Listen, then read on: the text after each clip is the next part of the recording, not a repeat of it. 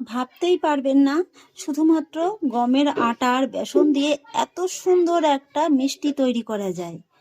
আর আপনারা নিশ্চয়ই দেখে বুঝতে পারছেন থালার ভিতরে কিন্তু একদমই এটা কিন্তু লেগে নেই। দেখেই যেন একেবারে মন ভরে যাচ্ছে। নমস্কার বন্ধুরা, অনুভা রান্নাঘরে আরও একটি নতুন পর্বে সবাইকে স্বাগত জানাচ্ছি। ঘরে যদি এরকম 1 কাপ গমের আটা আর বেসন থাকে তাহলেই কিন্তু আপনারা খুব সহজেই ঘরে বসেই বানিয়ে ফেলতে পারবেন দারুণ সুস্বাদু লোভনীয় স্বাদের দানাদার সন্দেশ রেসিপি।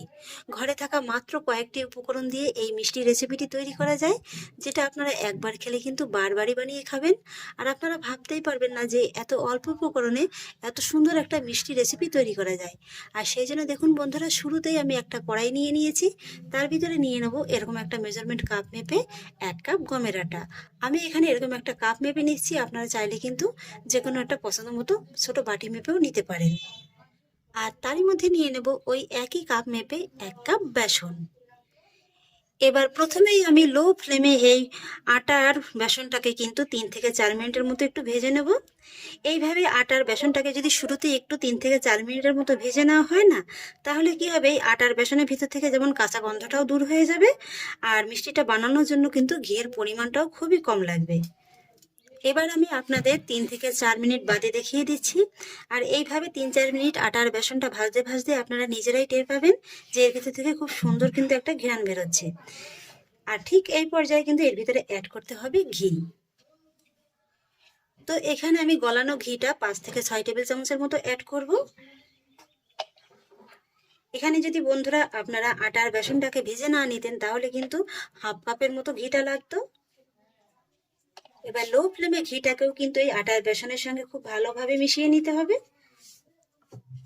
আর ঘিটা মিশিয়ে ততক্ষণই ভেজে নিতে হবে যতক্ষণ না পর্যন্ত এর কালারটা চেঞ্জ হয়ে যাচ্ছে। ঘিটাকে দেখুন বন্ধুরা, আমি কিন্তু খুব সুন্দর করে মিশিয়ে নিয়েছি।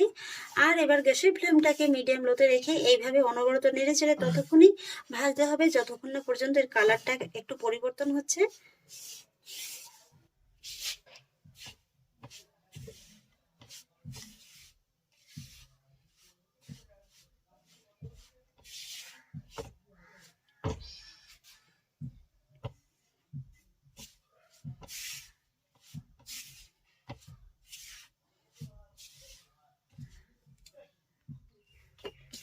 ঘিটা দিয়ে এইভাবে ভাজতে ভাজতে আপনারা দেখতে পাবেন যে কালারটা কিন্তু একদম চেঞ্জ হয়ে গেছে।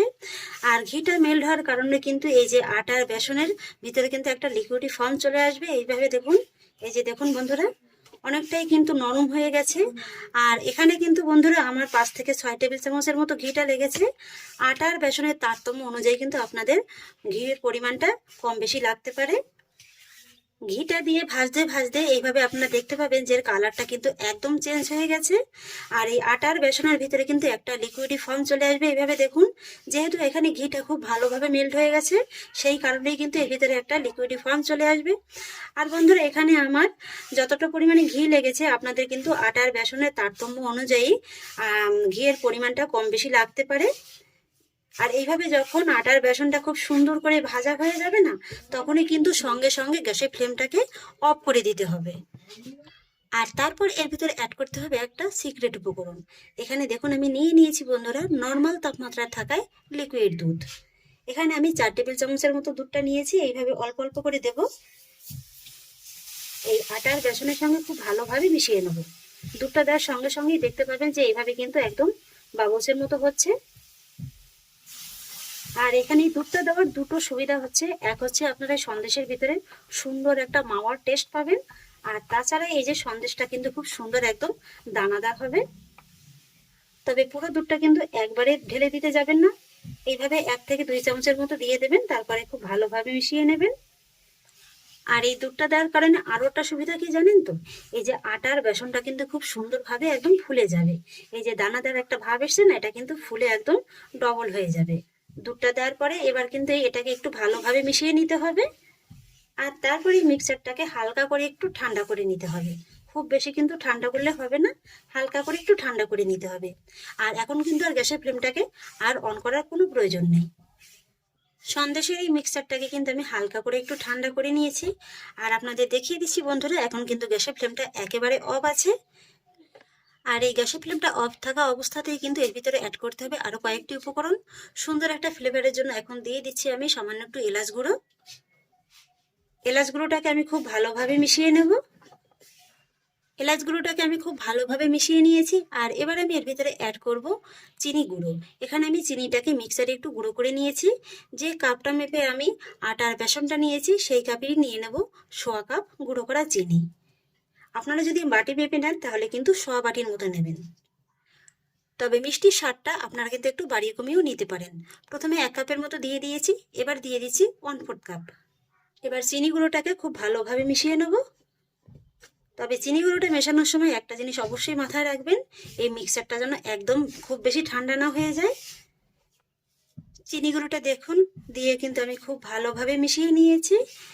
আর হ্যাঁ, আর একটা কথা, এইভাবে মেশাতে মেশাতে যদি দেখেন যে এই যে মিশ্রণটা প্রয়োজনের তুলনায় একটু শক্ত বা ঝুরঝুরে হয়ে গেছে, সেক্ষেত্রে কিন্তু আপনারা সামান্য একটু গরম ঘি কিংবা সামান্য একটু গরম দুধও অ্যাড করতে পারেন।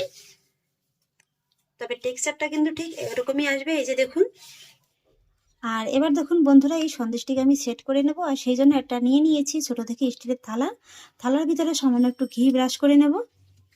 আপনারা কিন্তু আপনাদের পছন্দ মতো যে কোনো মোল্ডের ভিতরে এই মিষ্টিটাকে সেট করে নিতে পারেন।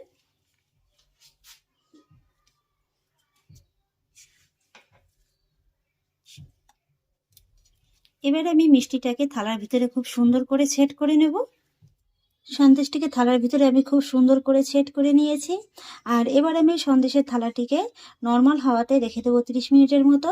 আপনারা যদি আরেকটু কম সময় এটাকে সেট করতে চান তাহলে নর্মাল ফ্রিজে 15 মিনিটের মতো রাখলেই কিন্তু হয়ে যাবে। 30 মিনিট বাদে ফিরে এলাম। সন্দেশটা কিন্তু একদম পারফেক্টভাবে সেট হয়ে গেছে। এবার শুধু পিস পিস করে কেটে নিলেই হয়ে যাবে।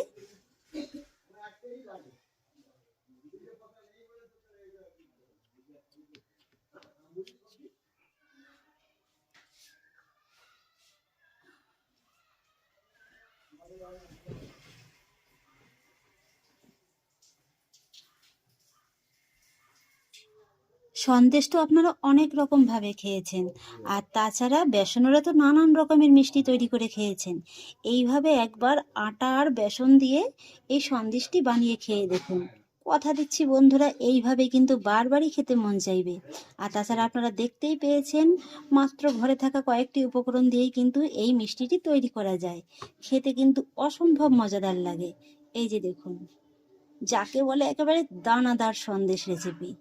ভাবতেই পারবেন না শুধুমাত্র গমের আটা আর বেসন দিয়ে এত সুন্দর একটা মিষ্টি তৈরি করা যায়। আর আপনারা নিশ্চয়ই দেখে বুঝতে পারছেন, থালার ভিতরে কিন্তু একদমই এটা কিন্তু লেগে নেই। দেখেই যেন একেবারে মন ভরে যাচ্ছে। আজকে আমি এই সন্দেশটা কিন্তু একদম সিম্পলভাবে তৈরি করেছি। আপনারা চাইলে কিন্তু উপরে একটু সামান্য যে কোনো ড্রাই ফ্রুটস কিন্তু ছড়িয়ে দিতে পারেন। 100 গ্যারান্টি দিচ্ছি, সারা মার্কেট খুঁজেও কিন্তু এমন স্বাদের সন্দেশ আপনারা কোথাও খুঁজে পাবেন না। এত অল্প উপকরণে যে এত সুন্দর সন্দেশ তৈরি করা যায় যে আপনারা ভাবতেই পারবেন না। এর স্বাদ পেতে হলে বাড়িতে অবশ্যই তৈরি করে খেয়ে দেখুন। কথা দিচ্ছি বারবারই কিন্তু খেতে মন চাইবে। এই সন্দেশগুলো এতটাই দানাদার হয় যে, আর এতটাই নরম হয় যে মুখে দেওয়া মাত্রই কিন্তু একেবারে মিলিয়ে যাবে। এই যে দেখুন বন্ধুরা, কতটা দানাদার হয়েছে। আর ভিতরটাও দেখুন কত সুন্দর, একদম জুসি, মুখে দিতেই কিন্তু মিশে যাবে।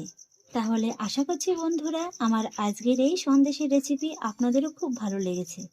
যদি ভালো লেগে থাকে তাহলে আমাকে অবশ্যই একটা লাইক এবং কমেন্ট করবেন, সেই সঙ্গে বন্ধুদের সঙ্গে শেয়ার করবেন।